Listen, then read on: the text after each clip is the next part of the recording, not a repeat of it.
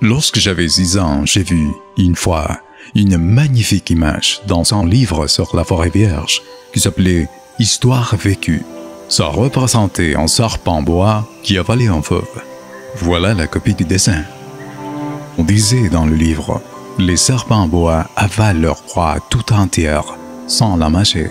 Ensuite, ils ne peuvent plus bouger et ils dorment pendant les 6 mois de leur digestion. J'ai alors beaucoup réfléchi sur les aventures de la jungle et à mon tour, j'ai réussi avec un crayon de couleur à tracer mon premier dessin. Mon dessin numéro 1, il était comme ça. J'ai montré mon chef d'œuvre aux grandes personnes et je leur ai demandé si mon dessin leur faisait peur.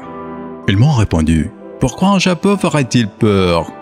Mon dessin ne représentait pas un chapeau. Il représentait un serpent bois qui digérait un éléphant.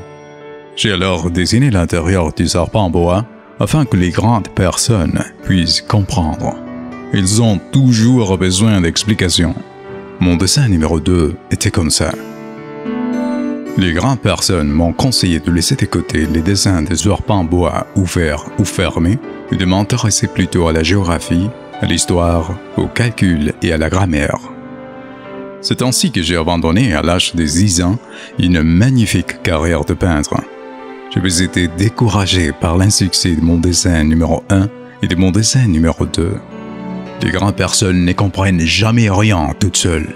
C'est fatigant pour les enfants de toujours et toujours leur donner des explications. J'ai donc dû choisir un autre métier. J'ai appris à piloter des avions. J'ai volé un peu partout dans le monde. Et la géographie, c'est exact, m'a beaucoup servi. Je savais reconnaître du premier coup d'œil la Chine de l'Arizona. C'est très utile si l'on est égaré pendant la nuit. J'ai ainsi eu, au cours de ma vie, des tas de contacts avec des tas de gens sérieux. J'ai beaucoup vécu chez les grandes personnes. Je les ai vus de très près. Ça n'a pas trop amélioré mon opinion.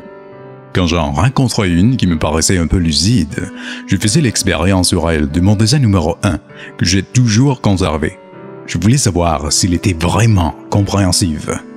Mais toujours, il me répondait « C'est ton chapeau ?»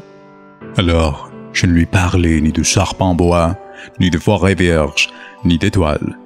Je me mettais à sa portée. Je lui parlais de bridge, de golf, de politique, de cravate. Et la grande personne était bien contente de connaître un homme aussi raisonnable.